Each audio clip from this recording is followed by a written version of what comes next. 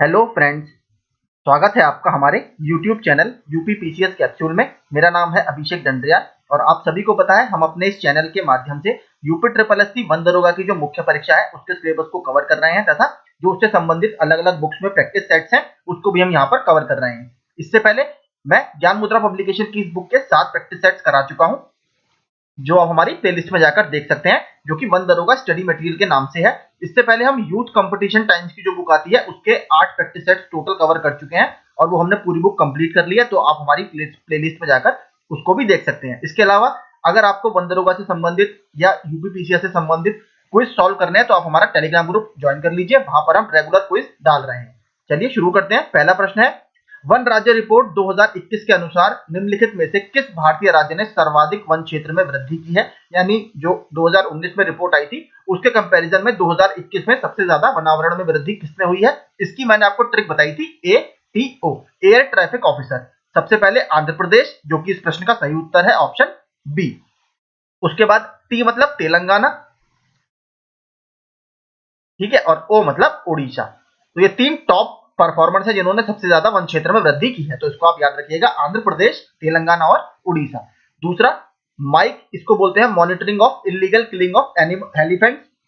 भारत में हाथियों की अवैध हत्या की निगरानी कार्यक्रम कब प्रारंभ किया गया था? तो ये 2003 में प्रारंभ किया गया था और ये साइट्स का एक इनिशिएटिव है, यानी convention on international trade in endangered species, ठीक है, इसका एक इनिशिएटिव है, 2003 में लॉन्च किया गया था, ऑप्शन बी। तीसरा, मिश्रित कृषि में सम्मिलित है। तो देखिए बेसिकली जो आपकी मिक्स्ड एग्रीकल्चर होता है उसमें क्या होता है?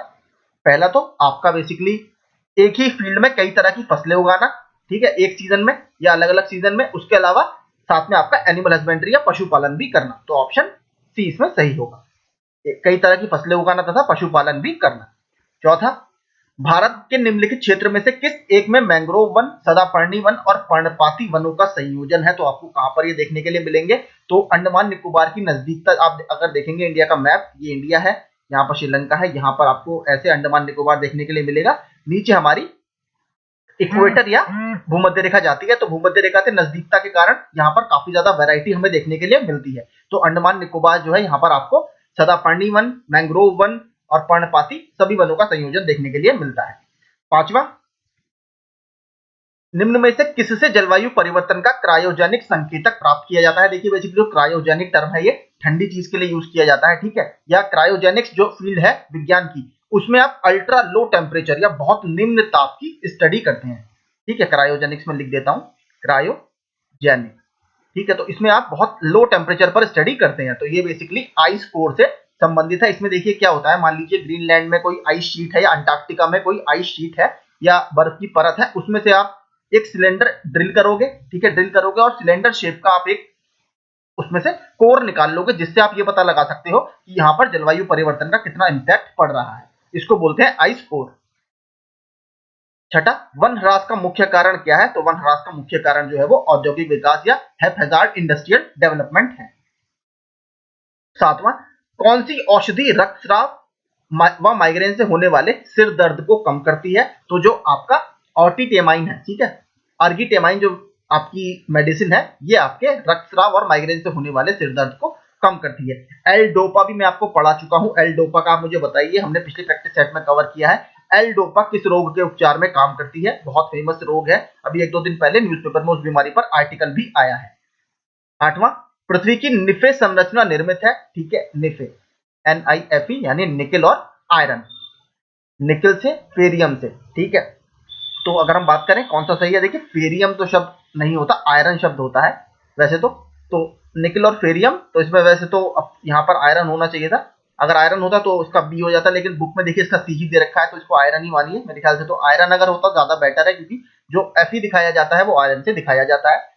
नवा, पृथ्वी का औसतन घनत्व कितना है? अगर हम बात करें तो पृथ्वी का औसतन घनत्व है या जो एवरेज डेंसिटी है वो 5.5 ग्राम सेंटीमीटर क्यूब है, 5.5 ग्राम पर सेंटीमीटर क्यूब, इसको ऐसे लिखा जाता है, तो ऑप्शन ए सही होगा।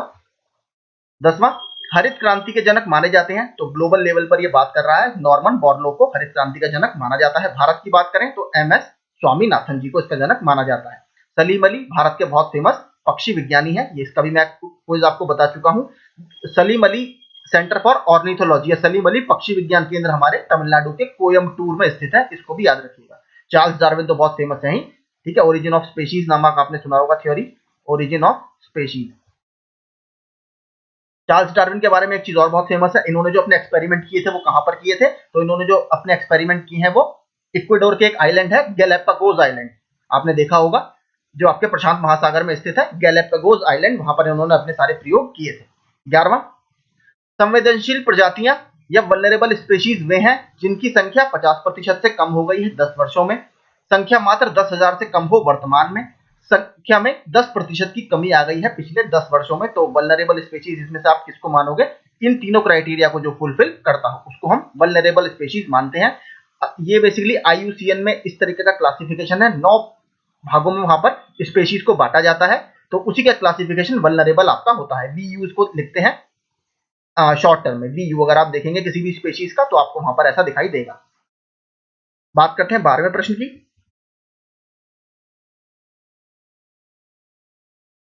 लेटराइट मिट्टी कहां पाई जाती है, तो लेटराइट मिट्टी बेसिकली जहां ह्यूमिड क्लाइमेट जहां पर आपका होगा, ह्यूमिड क्लाइमेट जहां पर सैचुरेशन एयर का काफी ज्यादा होता है या ह्यूमिडिटी बहुत ज्यादा होती है, वहां पर आपको देखने के लिए मिलेगा। तो आर्द्र तथा शुष्क जलवायु वाले उष्णकटिबंधीय क्षेत्र में, ऑप्शन डी। 13वां, भारत में स्थित एकमात्र पार्क जो विश्व विरासत सूची में मिश्रित श्रेणी के अंतर्गत शामिल है, मैंने आपको बता दिया था, जो वर्ल्ड हेरिटेज साइट्स होती है उसमें 3 कैटेगरी होती है, पहली होती है एक नेचुरल साइट्स, दूसरी कल्चरल साइट्स, तीसरी होती है मिक्स्ड साइट। भारत में टोटल 40 है, 32 है आपकी कल्चरल साइट, 7 है नेचुरल साइट, 1 है मिश्र साइट, इसलिए देखिए प्रश्न बना है। तो कंचनजंगा जो कि 2016 में सूची में शामिल हुआ है, वो एकमात्र भारत की मिश्रित साइट है, ऑप्शन ए। 14वां, इनमें से कौन सा प्रभाव मानव वन्यजीव संघर्ष का है, इफेक्ट पूछ रहा है कि ह्यूमन वाइल्ड लाइफ कन्फ्लिक्ट का इफेक्ट क्या होता है, समानता पर प्रभाव, सतत विकास या सस्टेनेबल डेवलपमेंट पर प्रभाव, स्थानीय समुदायों पर प्रभाव। तो बिल्कुल ठीक है, देखिए अभी मैंने 1 या 2 दिन पहले अपने टेलीग्राम में क्वेश्चन डाला था कि बेसिकली एक तेंदुए की, ठीक है, लेपर्ड की मौत हो गई थी सड़क पार करते समय, ठीक है, एक वाइल्ड लाइफ सेंचुरी में, वो मैंने क्वेश्चन डाला था, तो आप वहां से सॉल्व कर सकते हैं। वो सीधा सीधा एक मानव वन्यजीव संघर्ष का एग्जाम्पल है। इससे पहले अभी एक 65 वर्षीय महिला को भी आपने कल पढ़ा होगा, एक उड़ीसा में वन्यजीव अभयारण्य है, वहां पर एक बाघ ने अपना शिकार बना लिया। तो ये कहीं ना कहीं ह्यूमन वाइल्ड लाइफ कॉन्फ्लिक्ट पर इश्यूज है। तो ये सारे करंट अफेयर से जितने भी संबंधित मानव वन्यजीव संघर्ष के एग्जाम्पल हैं जो होते हैं वाइल्ड लाइफ सेंचुरीज में या नेशनल पार्क में, वो मैं अपने टेलीग्राम ग्रुप में डाल देता हूं, तो वहां से आप इसको सॉल्व कर सकते हैं। 15वां, केरल राज्य विश्व भर में निम्न में से किसके संवर्धन के लिए जाना जाता है, तो केरल को भारत का स्पाइस गार्डन बोला जाता है, ठीक है, स्पाइस गार्डन ऑफ इंडिया। तो यह गर्म मसालों के लिए जाना जाता है, ऑप्शन सी। अगर बात करें 16वें की, पारिस्थितिकी तंत्र के घटक हैं उत्पादक तथा उपभोक्ता, जैविक तथा अजैविक, पौधे तथा जंतु। तो उत्पादक, उपभोक्ता और अपघटक। तो अगर पारिस्थितिकी तंत्र के सबसे अच्छा इसमें एग्जाम्पल वो माना जाए, एक तरह से जो सबसे अच्छा आंसर फिट होगा, वैसे तो सारे ही देखिए बायोटिक अबायोटिक भी होते हैं, पौधे जंतु ये भी एक तरह से घटक माने जाते हैं, लेकिन यहाँ पर अगर हम बात करें तो सबसे अच्छा जो एग्जाम्पल होगा वो होगा बायोटिक तथा अबायोटिक कंपोनेंट। इसमें सारी चीजें आपकी कवर हो जाएंगी, ए और सॉरी ऑप्शन बी। 17वां, राष्ट्रीय पादप आनुवंशिक संसाधन ब्यूरो, ठीक है, इसको बोलते हैं national bureau for plant genetic research. ये कहां पर स्थित है, ये आपका नई दिल्ली में स्थित है, और इसका जो गठन किया गया था सन 1976 में किया गया था। एक बार इसकी प्लेस भी पूछ ली है, तो प्लेस कहां पर है, न्यू दिल्ली, याद रखिएगा। 18वां, अक्टूबर 2010 में केंद्र सरकार द्वारा किस पशु को राष्ट्रीय विरासत पशु या नेशनल हेरिटेज एनिमल घोषित किया गया है, तो हाथी को हमारा नेशनल हेरिटेज एनिमल, याद रखिएगा, नेशनल एनिमल नहीं है, नेशनल हेरिटेज एनिमल है। नेशनल एनिमल हमारा बाघ है, जिसका रासायनिक सॉरी कीजिएगा, जिसका बोटेनिकल नेम क्या है, पैंथेरा टाइग्रिस, ठीक है। और आप मुझे प्लीज हाथी का जो बोटेनिकल नेम है या वैज्ञानिक नाम है वो आप मुझे कमेंट जरिए जरूर बताइएगा कि भारतीय हाथी का या एशियाई हाथी का, एशियन एलिफेंट का आपका जो नाम है वो क्या है। विश्व पर्यावरण दिवस मनाया जाता है, कब मनाया जाता है, हर साल 5 जून को विश्व पर्यावरण दिवस मनाया जाता है। वन संरक्षण समिति में शामिल नहीं होते हैं, तो वन संरक्षण समिति में जो आपके आम जनता है, लोकल कम्युनिटी है, वो शामिल नहीं होती। जनरल पब्लिक, स्थानीय लोग तो शामिल होते हैं, लेकिन जो जनरल पब्लिक होती है वो शामिल नहीं होती। सुप्रीम कोर्ट के किस जज को हरित जज के नाम से भी जाना जाता है, तो कौन से जज हैं जो कुलदीप सिंह है, इनको हरित जज के नाम से भी जाना जाता है क्योंकि पर्यावरण से संबंधित बहुत से मामलों में इन्होंने बहुत एक तरह से लैंडमार्क जजमेंट दिए हैं। बात करते हैं 22वें की। टिकाऊ या स्थायी विकास शब्द का पहली बार प्रयोग किसमें किया गया था? सतत आपका सस्टेनेबल डेवलपमेंट की बात कर रहा है। तो इसका जो सबसे पहले अगर हम बात करें टर्म यूज किया गया तो IUCN की विश्व संरक्षण रणनीति की रिपोर्ट में। ठीक है, ऑप्शन ए IUCN की विश्व संरक्षण रणनीति की रिपोर्ट। 23वां, इनमें से कौन सांस्कृतिक विरासत स्थल है? तो इसमें से कौन से सांस्कृतिक विरासत स्थल होते हैं? चित्रकारी वाली जगह, शिलालेख वगैरह और मूर्तिकारी, ये तीनों ही इस कैटेगरी में आते हैं। जो मैंने आपको बताया था, ये वर्ल्ड हेरिटेज में एक 3 क्लासिफिकेशन है। पहला आपका कल्चरल साइट है, तो कल्चरल साइट यही बात कर रहा है सांस्कृतिक विरासत स्थलों की। इसके विस्तार के परिणाम स्वरूप सड़कों या रेल पटरियों पर दुर्घटनाओं में अनेक पशु मारे जाते हैं या वे घायल हो जाते हैं। किसकी वजह से? तो इसका जो मैंने आपको भी एग्जांपल दिया था कि हाल ही में एक सड़क दुर्घटना में तेंदुओं की मौत हो गई। तो परिवहन नेटवर्क की वजह से जो आपके प्रोटेक्टेड एरियाज में से होकर गुजरते हैं, संरक्षित क्षेत्रों में से होकर गुजरते हैं। अगला 25वां, राष्ट्रीय उद्यान और राज्यों को मैच करना है या यूनियन टेरिटरीज को। गलाथिया राष्ट्रीय उद्यान अंडमान निकोबार या गलाथिया बे इसको बोलते हैं। इसके अलावा एक वहां पर और है बहुत फेमस, कैंपबेल बे। ठीक है, इसको भी याद रखिएगा, ये भी अंडमान निकोबार में स्थित है। गिंडी राष्ट्रीय उद्यान तमिलनाडु में है, बिल्कुल ठीक है। गुगामल राष्ट्रीय उद्यान महाराष्ट्र में। कलेसर राष्ट्रीय उद्यान राजस्थान, ये बिल्कुल गलत है, कलेसर राजस्थान में नहीं है। देखिए कुछ पोर्शन इसका पड़ता है हरियाणा में, तो आपको ये हरियाणा में भी दिखाई देगा। कुछ जगह इसकी पड़ेगी हिमाचल प्रदेश में। ठीक है, तो आप दोनों में से कोई भी यहाँ पर नहीं दिया, तो ये तो गलत ही ऑप्शन है, तो यही इसका सही आंसर होगा। ठीक है, हरियाणा में भी कुछ पोर्शन इसका पड़ता है और हिमाचल प्रदेश में भी ये पड़ता है। हरियाणा में मैं आपको बता चुका हूं मात्र 2 नेशनल पार्क स्थित है, एक है सुल्तानपुर और एक है कलेसर। याद रखिएगा। गिंडी के बारे में थोड़ा सा बता देता हूं, ये भी बहुत फेमस है। देखिए सुप्रीम कोर्ट जब मैंने आपको पढ़ाया था बेसिकली पारिस्थितिकी संवेदनशील तंत्र या इको सेंसिटिव जोन, तब मैंने उसमें आपको एक एग्जांपल दिया था कि सुप्रीम कोर्ट ने एक जजमेंट दिया था कि जो 10 किलोमीटर की लिमिट होती है इको सेंसिटिव जोन की, वो कुछ राष्ट्रीय उद्यानों में लागू नहीं हो पाती क्योंकि जो शहर के निकट स्थित है वहां पर 10 किलोमीटर का संरक्षित क्षेत्र बनाना बहुत मुश्किल है। तो उसमें जब न्यूज़पेपर में ये आर्टिकल आया था तो तमिलनाडु के गुंडी राष्ट्रीय उद्यान और एक बहुत फेमस और है संजय गांधी राष्ट्रीय उद्यान जो कि बोरीवली मुंबई में स्थित है, इन दोनों का एग्जाम्पल दिया गया था कि ये शहर के नजदीक स्थित है, तो इनमें 10 किलोमीटर का सेंसिटिव जोन बनाना पॉसिबल नहीं है। इसलिए जो 10 किलोमीटर की लिमिट होती है, मैंने आपको उस समय भी बोला था, वो कोई फिक्स नहीं होती, वो basically place to place depend करती है और हर जगह के साथ साथ वो परिवर्तित होती रहती है। ठीक है, काफी इंपॉर्टेंट है। ये देखिए थोड़ा सा नया नाम है गुगामल, इसको भी आप याद कर लीजिए, गुगामल महाराष्ट्र में स्थित है। 26वां, हाथी परियोजना की शुरुआत 1992 में हुई, बिल्कुल ठीक है, प्रोजेक्ट एलिफेंट। बाघ परियोजना की शुरुआत 1975 में हुई, ये गलत है, 1973 में इसकी शुरुआत हुई है। वर्तमान में 108 राष्ट्रीय उद्यान व 545 अभ्यारण्य है। देखिए 566 के आसपास अभ्यारण्य है इस समय भारत में और 106 नेशनल पार्क हमारे यहाँ मौजूद है। पहला प्राकृतिक वनस्पति मानचित्र या आपका मैप 1987 में तैयार किया गया था। तो इसमें आपके कौन से स्टेटमेंट बिल्कुल ठीक है? तो देख लीजिए, बी और सी इसमें गलत होगा, ए और डी यानी ऑप्शन ए इसमें सही है। 27वां, क्लोरो फ्लोरोकार्बन या CFC के संदर्भ में विचार करें। यह क्लोरीन, फ्लोरीन और कार्बन, CFC क्लोरोफ्लोरोकार्बन, बिल्कुल ठीक है। इसके कारण ओजोन परत को नुकसान उठाना पड़ता है। ठीक है, मॉन्ट्रियल प्रोटोकॉल में यही मेन फोकस था 1987 में जो आया था और 1989 से इनटू फोर्स हुआ वो। यह धरती का रक्षा कवच है। CFC देखिए, CFC कोई धरती का रक्षा कवच नहीं होता, ओजोन परत को या ओजोन लेयर को धरती का रक्षा कवच बोला जाता है, इससे तो ओजोन लेयर को नुकसान होता है। स्प्रे कैंस, रेफ्रिजरेटर व प्रसाधन सामग्रियों आदि से उत्सर्जन के कारण ओजोन परत का क्षय होता है, बिल्कुल ठीक है। पहले फ्रीऑन 12 ठीक है रेफ्रिजरेटर में यूज की जाती थी, अब उसको बंद कर दिया गया है, इसलिए देखिए डी तो आपका सही है। और अगर हम बात करें केवल सी जो है इसमें ये गलत है, तो अगर मैं बताऊं आपको 27 में का कौन सा सबसे अच्छा होगा। ठीक है, धरती का रक्षा कवच ये तो बिल्कुल गलत है। देखिए इसमें ऑप्शन ही सही नहीं है क्योंकि यह धरती का रक्षा कवच तो नहीं होता। ओजोन परत के बारे में ये स्टेटमेंट अगर इसने दिया है तो ये ठीक है। ठीक है, यह धरती का रक्षा कवच है, तो आप किसको समझें, CFC को समझें या ओजोन परत को समझें। तो क्वेश्चन थोड़ा सा गलत फॉर्म किया है। आंसर देखिए इसमें उपयुक्त सभी दिया है, वो तभी होगा जब ये बोल रहे हैं ओजोन परत को धरती का कवच, तो ये सही होगा। ठीक है, क्वेश्चन थोड़ा सा मुझे ऑप्शन सी इन्होंने सही से नहीं बनाया। अगर यहाँ पर पूरा लिखा होता कि ओजोन परत धरती का कवच है तो ये ठीक होता, तो इसमें ऑप्शन डी तभी सही होगा। अदरवाइज मेरे हिसाब से सी स्टेटमेंट अगर ये बोल रहे हैं CFC गैस के लिए तो ये गलत है। राजीव गांधी वन्य जीव संरक्षण पुरस्कार दिया जाता है, काफी इंपॉर्टेंट है। तो राजीव गांधी वन्य जीव संरक्षण पुरस्कार शैक्षिक एवं शोध संस्थाओं, ठीक है, वन्य एवं वन्य जीव अधिकारियों को, वन्य जीव संरक्षकों को, इन सभी को ये दिया जाता है। ऑप्शन डी इसमें सही है। 29वां देखते हैं।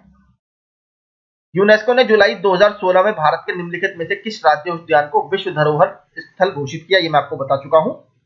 भारत की एकमात्र मिश्रित साइट कौन सी है? कंचनजंगा राष्ट्रीय उद्यान। ठीक है, दोनों ऑप्शन देखिए फिर से, इन्होंने थोड़ी सी प्रिंटिंग मिस्टेक इनसे हो गई है। ये 2016 में मिश्रित सूची में शामिल होने वाली भारत की एकमात्र साइट है। 40 साइट टोटल भारत में है। व्यर्थ भूमि के अंतर्गत अधिकतम क्षेत्र वाला राज्य है, तो जो फॉलो लैंड होती है उसके अंतर्गत अधिकतम क्षेत्र वाला राज्य आपका राजस्थान है। कार्बन क्रेडिट का प्रयोजन क्या है? एक तरह से पर्यावरण का संरक्षण करना, क्योंकि ये बेसिकली ग्रीन हाउस गैस के एमिशन को कम करने के लिए रोल प्ले करता है। तो 31 में का होगा बी। क्षेत्रफल की दृष्टि से सर्वाधिक वनावरण वाला राज्य कौन सा है? एरिया वाइज बात करें तो मध्य प्रदेश की रैंक पहली है। दूसरी किसकी है? अरुणाचल प्रदेश की।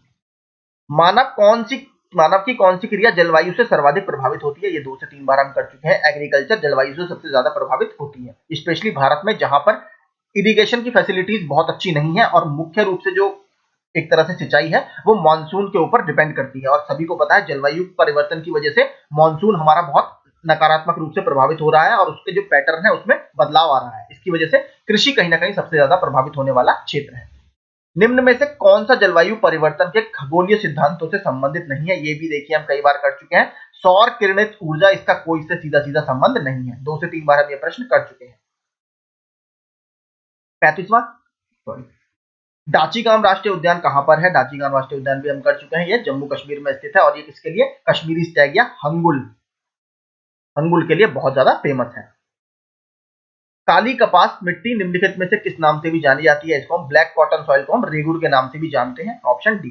दक्कन के पठार में बहुत ज्यादा हमें मिलती है और ये बसाल्ट लावा से मिलकर बनी है या उसके अपक्षय से बनी है। जलोढ़ मिट्टी के संदर्भ में नीचे दिए गए 4 कथनों में का सही का कथन चयन कीजिए। यह मिट्टी भारत के कुल भूभाग के करीब 14% हिस्से में पाई जाती है। इस मिट्टी में फास्फोरिक एसिड भरपूर मात्रा में पाया जाता है। यह मिट्टी रेहे, थूर, चौपन जैसे नाम से भी जानी जाती है। यह मिट्टी उपजाऊ नहीं होती है। देखिए जलोढ़ मिट्टी सबसे ज्यादा उपजाऊ या फर्टाइल सॉइल है, तो ये तो बेसिकली इसमें स्टेटमेंट बिल्कुल गलत है। ठीक है, चौथा तो बिल्कुल ही गलत है। अगर बात करें और स्टेटमेंट्स की, तो यह मिट्टी रेह, थूर और चौपन जैसे, देखिए ये भी इसके नाम नहीं है। यह मिट्टी भारत के कुल भूभाग के 14% हिस्से में पाई जाती है, ये भी गलत है। जो ऑप्शन बी बचता है केवल ये स्टेटमेंट इसमें सही है 37वें में।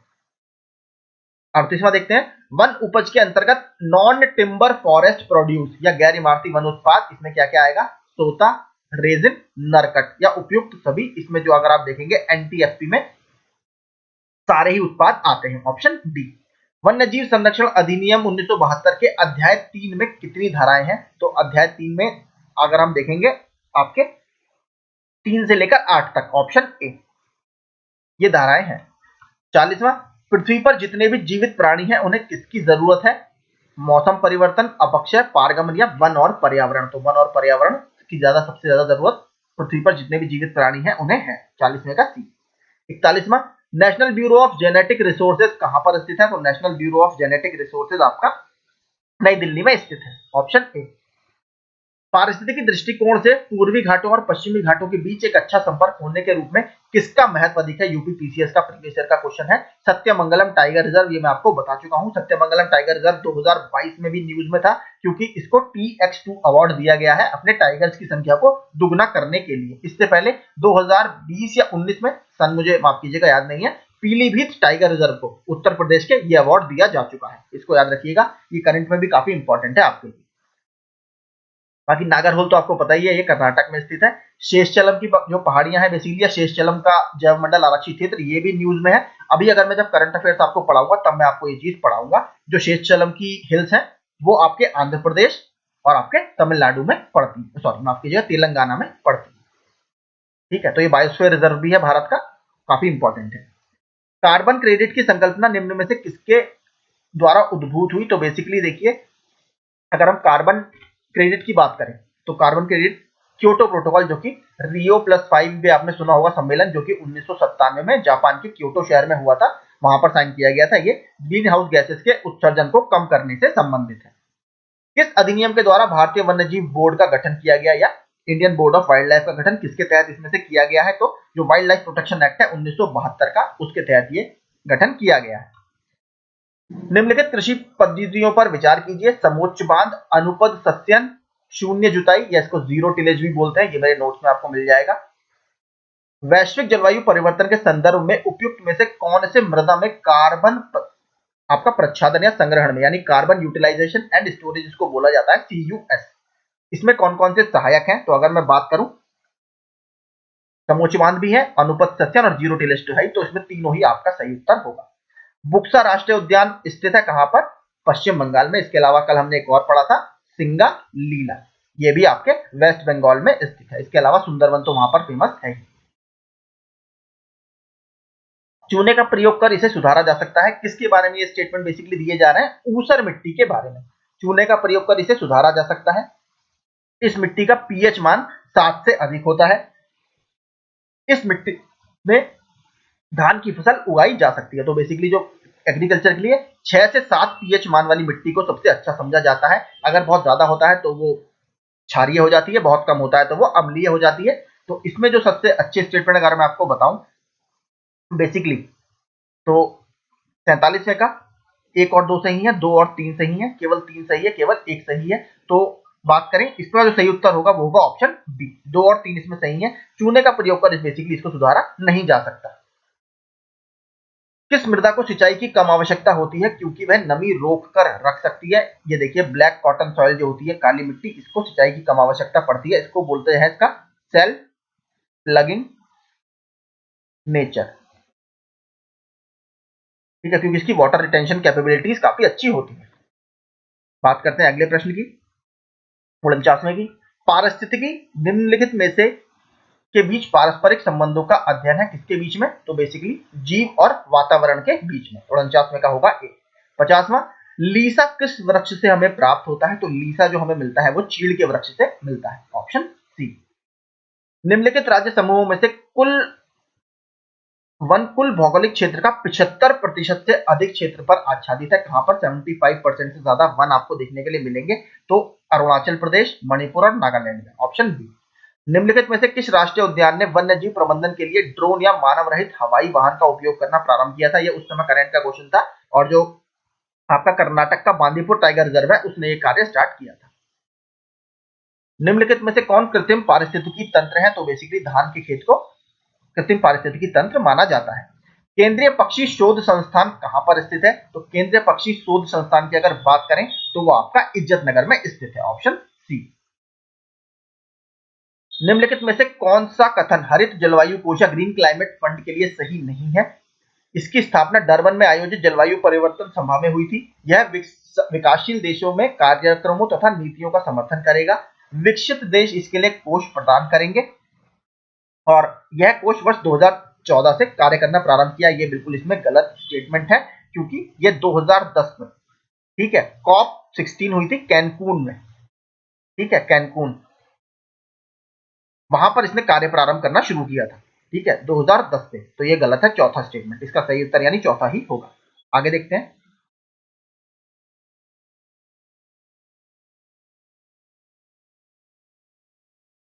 छप्पनवा, इसमें से कौन भारत का प्रमुख कार्बन खरीदार है? तो विश्व बैंक, जापान तथा GHC रिडक्शन फंड। तो 56वें की अगर बात करें, ऑप्शन होगा डी, यानी सारे विकल्प इसमें सही है।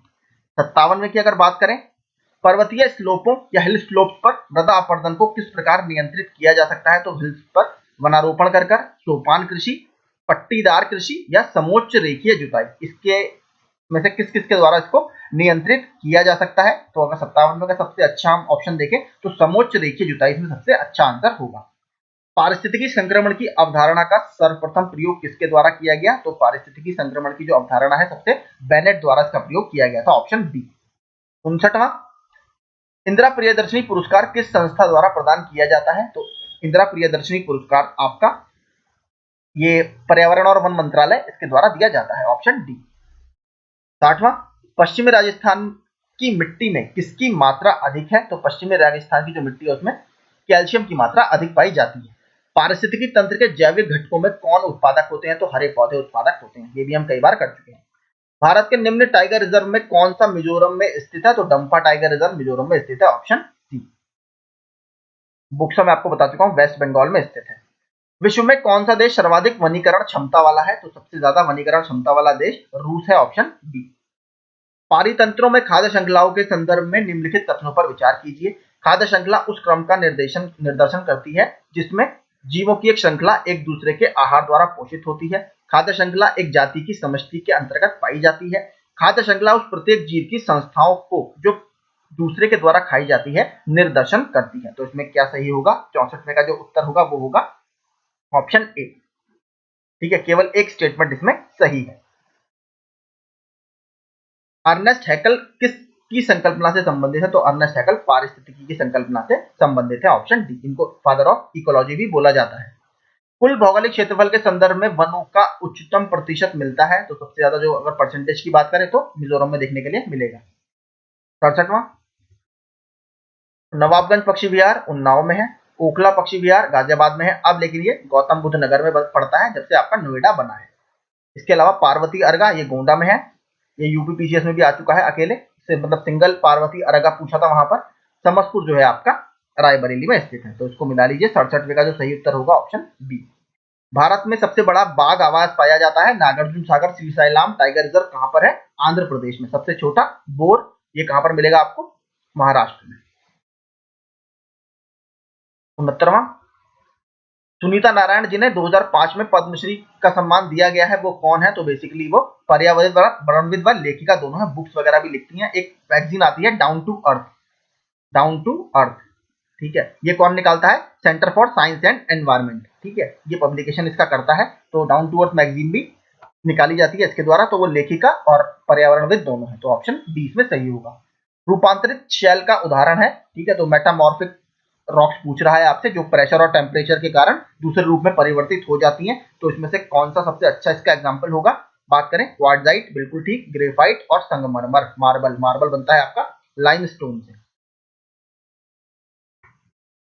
भारत में सबसे नवीनतम राष्ट्रीय उद्यान कौन सा है जो अभी बनाया गया है? बिल्कुल, इसमें से अगर बात करें तो सबसे नवीनतम राष्ट्रीय उद्यान दिहिंग पटकाई, ऑप्शन बी। कुनैन की दवा कहां से प्राप्त होती है हमें? तो कुनैन हमें जो मिलता है बेसिकली सिनकोना के वृक्ष से मिलता है, ऑप्शन बी। भारत का प्रथम तितली उद्यान कहां पर अवस्थित है? तो ये बेंगलुरु में जो कर्नाटक में स्थित है, बन्नेरघट्टा, ऑप्शन ए। पारिस्थितिकी संक्रमण की अवधारणा के जनक माने जाते हैं, ये हमने भी पहले भी किया था। तो पारिस्थितिकी संक्रमण की जो अवधारणा है उसके जनक किसको माना जाता है? बेनेट को। वनस्पतियों के सड़ने से कौन सी गैस निकलती है? अच्छा प्रश्न है, देखिए ये प्रश्न हमने नहीं किया। तो जब वनस्पतियां सड़ती हैं तो उसके सड़ने से जो गैस निकलती है वो है मेथेन, ठीक है, मेथेन, ऑप्शन डी, जो कि ग्रीन हाउस गैस भी है।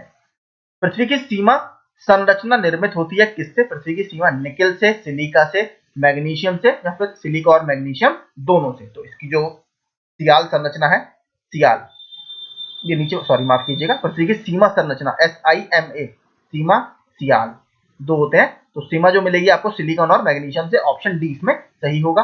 अब आया है सियाल की, तो सियाल आपका बनता है सिलिका से और एल्यूमिनियम से, ठीक है, सिलिका और एल्यूमिनियम से, ऑप्शन डी। स्मॉग से संबंधित बीमारी कौन सी है? तो स्मॉग से अगर हम बात करें, जो कि धुएं के मिश्रण से बनने वाला एक हानिकारक मिश्रण है, तो इसकी जो बेसिकली डिजीज इससे होती है वो अस्थमा व त्वचा रोग, बालों का गिरना, ब्रेन स्ट्रोक व उच्च रक्तचाप, ये सारी ही बीमारियां इससे होने के चांसेस हैं। वनों से हमें कौन सा लाभ प्राप्त होता है? इकोनॉमिक लाभ हमें मिलता है और पर्यावरणीय लाभ तो मिलता ही है, ए और बी दोनों। जैविक पदार्थों को सड़ने गलने से निकलने वाली गैस है, हमने ऊपर बात कभी करी थी, तो जो बेसिकली मेथेन है इसमें से, ठीक है, अमोनिया निकलती है, सॉक्स यानी सल्फर डाइऑक्साइड और नाइट्रोजन डाइऑक्साइड। तो 80, अगर 80 का देखें तो सारी गैसें इसमें से निकलती है।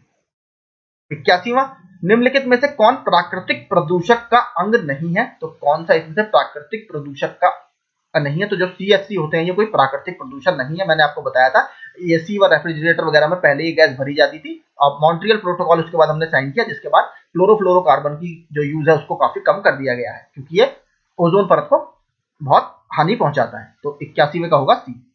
82वें की बात करें, भारत में यूरो मानक पहली बार कब लागू किया गया था? अच्छा प्रश्न है। Euro basically pollution controlling norms होते हैं, इस समय भारत में BS6 चल रहा है। भारत ने BS5 को लागू नहीं किया, सीधे BS4 के बाद भारत ने सीधे BS6 पर स्किप किया है। तो 82 में का जो सही उत्तर होगा वो होगा 1992 में, जिस साल रियो पृथ्वी सम्मेलन हुआ था। भारत के उत्तरी मैदानों की मृदा सामान्यतः कैसी बनी होती है? अगर उत्तरी मैदानों की मृदा की बात करें तो ये तलोचन से बनी है, ऑप्शन बी। सरकार की बाघ परियोजना का क्या उद्देश्य है? भारतीय बाघ को समाप्त होने से बचाना, क्योंकि इसकी संख्या बहुत गिर रही थी। 2018 में जो लास्ट जनगणना बाघों की जनगणना हुई है उसमें 2967 बाघ भारत में पाए गए हैं। हर 4 साल में ये होती है। हाथी वाली जो जनगणना होती है वो हर 5 साल में होती है। पिछली 2017 में हुई थी, लेकिन उसके बाद से 22 में वो नहीं हुई। 85 गिर के शेरों को रखे जाने हेतु किस राष्ट्रीय पार्क या अभयारण्य का चयन किया गया है? तो इसके लिए आपसे पालपुर कूनो का चयन किया जाना है, जहां पर अभी आपने देखा होगा चीते वगैरह भी इंट्रोड्यूस किए गए हैं, तो वो बाघों के भी एक नए आवास के रूप में सूटेबल माना गया था। इसके अलावा एक बरदा जो अभी गिर के हमारे वन है गुजरात में, उससे 100 किलोमीटर की दूरी पर स्थित है, तो इसको भी एक पोटेंशियल साइट माना जा रहा है बरदा वन्यजीव अभयारण्य को, जो कि गुजरात में ही स्थित है, कि यहाँ पर आप एशियाटिक लॉयंस को ट्रांसफर कर सकते हैं। ये भी करंट का क्वेश्चन है। काला हिरण किस राज्य का राजकीय पशु है? तो आपका ब्लैक बक की बात कर रहा है, तो काला हिरण जो है ये आपका आंध्र प्रदेश का राजकीय पशु है, ऑप्शन ए। तमिलनाडु का तो देखिए ये भी बहुत न्यूज में रहता है, जो नीलगिरी तहर है, नीलगिरी तहर ये इसका राजकीय पशु है तमिलनाडु का। और एक बार प्रश्न पूछा गया था कि तमिलनाडु का जो नीलगिरी तहर है वो काफी ज्यादा उसका जो हैबिटेट है वो कौन सा फेमस है? तो एराविकुलम नेशनल पार्क, याद रखिएगा एराविकुलम नेशनल पार्क में वो बहुत देखने के लिए मिलता है। कार्बन टैक्स लगाने वाला प्रथम राष्ट्र निम्नलिखित में से कौन था? तो सबसे पहले कार्बन टैक्स लगाने वाले अगर राज्यों की बात करें तो सॉरी स्टेट्स की बात करें तो सबसे कौन है देश? पहला फिनलैंड। विश्व पर्यावरण दिवस 2020 की क्या थीम थी? तो विश्व पर्यावरण दिवस 2020 की थीम थी जैव विविधता का जश्न मनाएं, ऑप्शन डी। पन्ना टाइगर रिजर्व जो कि मध्य प्रदेश में स्थित है, यूनेस्को के बायोस्फीयर रिजर्व के वर्ल्ड नेटवर्क में कब शामिल किया गया? तो पन्ना को जो शामिल किया गया है वो किया गया है 2020 में। यही लेटेस्ट एडिशन है अभी तक भारत का, इसके बाद कोई साइट इसमें नहीं जोड़ी गई है। 18 टोटल भारतीय साइट भारत में बायोस्फीयर रिजर्व है, 12 हमारे world network of biosphere reserve में है, 18 में से 12। पारिस्थितिकी तंत्र में स्वनियंत्रण की क्रिया कैसे संभव हो पाती है? जांच व संतुलन से, शिकार परभक्षी पारस्परिक क्रिया से, ऊर्जा प्रवाह व सही खाद्य श्रृंखला द्वारा। तो ऑप्शन डी इसमें बिल्कुल सही होगा। कोयला शेल लोस किस प्रकार के शेल है? तो ये किस प्रकार की चट्टानों की श्रेणी में आते हैं? ये बेसिकली आपके सेडिमेंटरी रॉक्स या अवसादी चट्टानों की श्रेणी में आते हैं, ऑप्शन बी। बाहर से कई प्रजातियों का अनुक्रमण के क्षेत्र में अनाधिकार प्रवेश क्या कहलाता है? इसको क्या बोला जाता है? इसको बेसिकली इन्वेजन बोला जाता है। तो इसका जो सबसे अच्छा आंसर इसमें होगा 92 का, वो होगा आक्रमण, इन्वेजन। ठीक है, इसीलिए इनको इन्वेजिव स्पीशीज भी बोला जाता है। कम तापमान पर अंकुरित बीज की क्रिया क्या कहलाती है? तो कम तापमान पर अंकुरित बीज की जो प्रक्रिया है उसको बसंतीकरण कहते हैं, ऑप्शन सी। श्वसन दर सर्वाधिक किस तापमान पर होगी? तो श्वसन दर जो होगी वो आपकी सबसे ज्यादा जो सबसे कम तापमान होगा वहां पर होगी। जब आप ऊपर जाते हैं, देखिए हाइट वगैरह पर चढ़ते हैं, तो वहां पर आपका क्या होगा, जो ऑक्सीजन की कमी है आपकी ब्लड सेल्स में वो होने लगती है, तो आपकी बॉडी क्या करेगी, ज्यादा रेड ब्लड सेल्स बनाने लगेगी, जिसके लिए आपको तेज तेज सांस लेने की जरूरत पड़ती है। तो श्वसन दर आपकी पहाड़ों पर आपने देखा होगा, आप लंबी लंबी सांसें लेते हैं बहुत ज्यादा। निम्नलिखित में से कौन प्राथमिक प्रदूषक का अंग नहीं है? तो जो आपका अगर इसमें बात करें DDT, CO, NO2 या PAAN, ठीक है PAAN, तो 95 की अगर हम बात करें तो PAAN जो है ये आपका बेसिकली प्राथमिक प्रदूषक नहीं है या प्राइमरी पॉल्यूटेंट नहीं है। महुआटाई अभयारण्य पलामू, तोपचांची अभयारण्य धनबाद, उद्धव पक्षी विहार कोडेरमा, लावलांग अभयारण्य चतरा। तो इसमें से देखिए झारखंड वगैरह के क्वेश्चन है सारे, JPSC का क्वेश्चन ही होगा, इन्होंने डाल दिया है। तो इसमें देख लेते हैं, जो उद्धव पक्षी विहार है वो कोडेरमा में नहीं है, ये बेसिकली साहिबगंज डिस्ट्रिक्ट में स्थित है। ओजोन किस प्रकार का प्रदूषक है? तो ओजोन बेसिकली आपका सेकेंडरी पॉल्यूटेंट है, ऑप्शन बी, ये सेकेंडरी पॉल्यूटेंट है। आगे देखते हैं 98वां, इमारती लकड़ी प्राप्त होने वाले वृक्षों में कौन से नहीं है जिससे आपको इमारती लकड़ी नहीं मिलती? तो इसमें से साल से मिलती है, चीड़ से, देवदार से, कटहल से आपको कोई लकड़ी ऐसी नहीं मिलती इमारती लकड़ी। 99, भारत में वायु प्रदूषण व नियंत्रण अधिनियम लागू है। तो वायु प्रदूषण व नियंत्रण अधिनियम आपका कब से लागू है? एयर पॉल्यूशन आपका 16 मई 1981 से भारत में लागू है, डी। 100वां, चिरांग रिपू एलिफेंट रिजर्व भारत के किस राज्य में स्थित है? तो चिरांग रिपू जो एलिफेंट रिजर्व वो भारत के वेस्ट बंगाल में स्थित है, माफ कीजिएगा, ये आपके असम में स्थित है। Chirang Ripu Assam, option D. और इसका कुछ हिस्सा जो है वो बेसिकली भूटान और आपका वेस्ट बंगाल को भी टच करता है, तो असम इसका सबसे अच्छा उत्तर होगा, याद रखिएगा। चिरांग रिपू एलिफेंट रिजर्व आपका असम में स्थित है। भारत में टोटल 33 एलिफेंट रिजर्व है और गलियारों की बात करें तो लगभग 112 जो हाथी गलियारे हमारे यहाँ मौजूद है। 33वां अभी सबसे नया कौन सा है? तराई, जो कि उत्तर प्रदेश में स्थित है। इससे पहले 2 और अभी बनाए गए हैं हाल ही में। एक बनाया गया है अगस्त्यमलई, दूसरा बनाया गया है आपका लेमरू। लेमरू आपका छत्तीसगढ़ में है, जबकि अगस्त्यमलई आपका तमिलनाडु में स्थित है। लेमरू याद रखिएगा छत्तीसगढ़ में है, ये भी बहुत फेमस है। तो देखिए यही हमारे 100 प्रश्न थे। इस देखिए बुक में कुछ कुछ आंसर गलत भी दे रखे हैं, तो थोड़ा सा प्रश्नों को ठीक से पढ़ लीजिएगा। अगर आपको कहीं भी डाउट लगता है तो प्लीज कमेंट बॉक्स में कमेंट कर दीजिएगा, मैं उसको क्लैरिफाई करने की पूरी कोशिश करूंगा। इसके अलावा प्लीज हमारा टेलीग्राम ग्रुप जरूर ज्वाइन कीजिए करंट अफेयर्स के क्विज के लिए। Thank you so much.